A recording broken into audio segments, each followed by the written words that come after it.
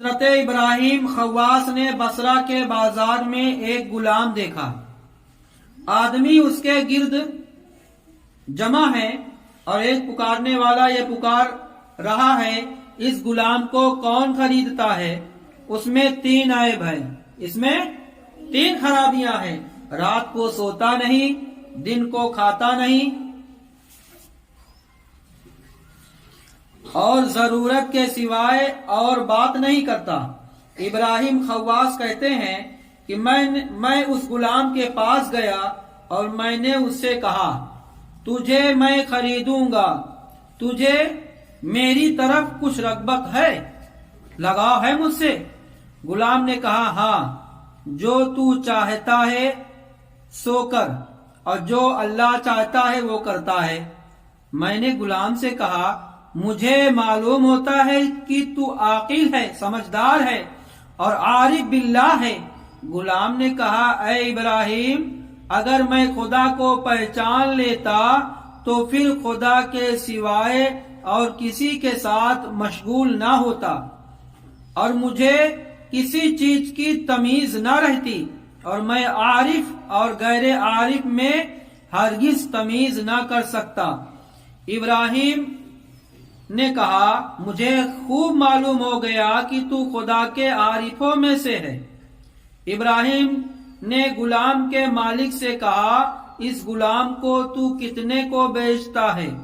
مالک نے کہا، جتنے کو تو چاہے۔ غلام، کیونکہ یہ غلام تیری طرح مجنون ہے، اور مجنون کو مجنون کے سوائے اور کوئی نہیں خریدتا۔ ابراہیم نے غلام کے مالک سے کہا، تو نے مجھے کس طرح پہچانا؟ کہا، میں بھی وہی راہ چلتا ہوں جو تو راہ چلتا ہے، اور میں تجھے ہر صبح دروازے پر دیکھتا ہوں۔ میں نے پہچان لیا کہ تو بھی خدا کے دوستوں میں سے ہے۔ ابراہیم نے غلام کے مالک سے کہا کہ جو کچھ تو کہتا ہے۔ تو حضرت ابراہیم نے غلام کے مالک سے کہا، جو کچھ تو کہتا ہے اگر ٹھیک ہے تو بتاؤ، تو اس غلام کو کیوں بیچتا ہے؟ تو غلام کے مالک نے کہا، مجھے خدا کے اوپر غیرت آتی ہے، میں ہر رات خدا کی مناجات کرتا ہوں، اور یہ غلام بھی مناجات کرتا ہے۔ میں نے دیکھا کہ اس کا مرتبہ بھی وہی ہے جو میرا ہے۔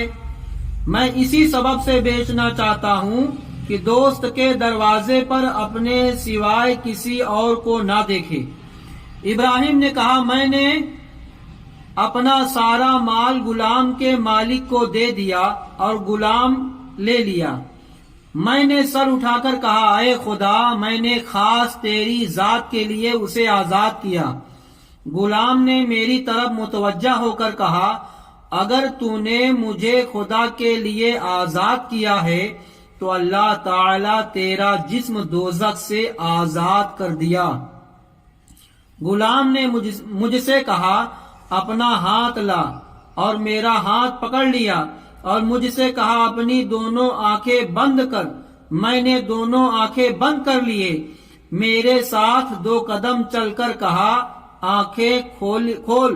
میں نے آنکھیں کھولی تو کیا دیکھتا ہوں کہ میں خانہ کعبہ کے پاس ہوں اور وہ غلام مجھ سے غائب ہو گیا۔ سبحان اللہ۔ تو اللہ کے نیک بندے ایسے ہوتے ہیں۔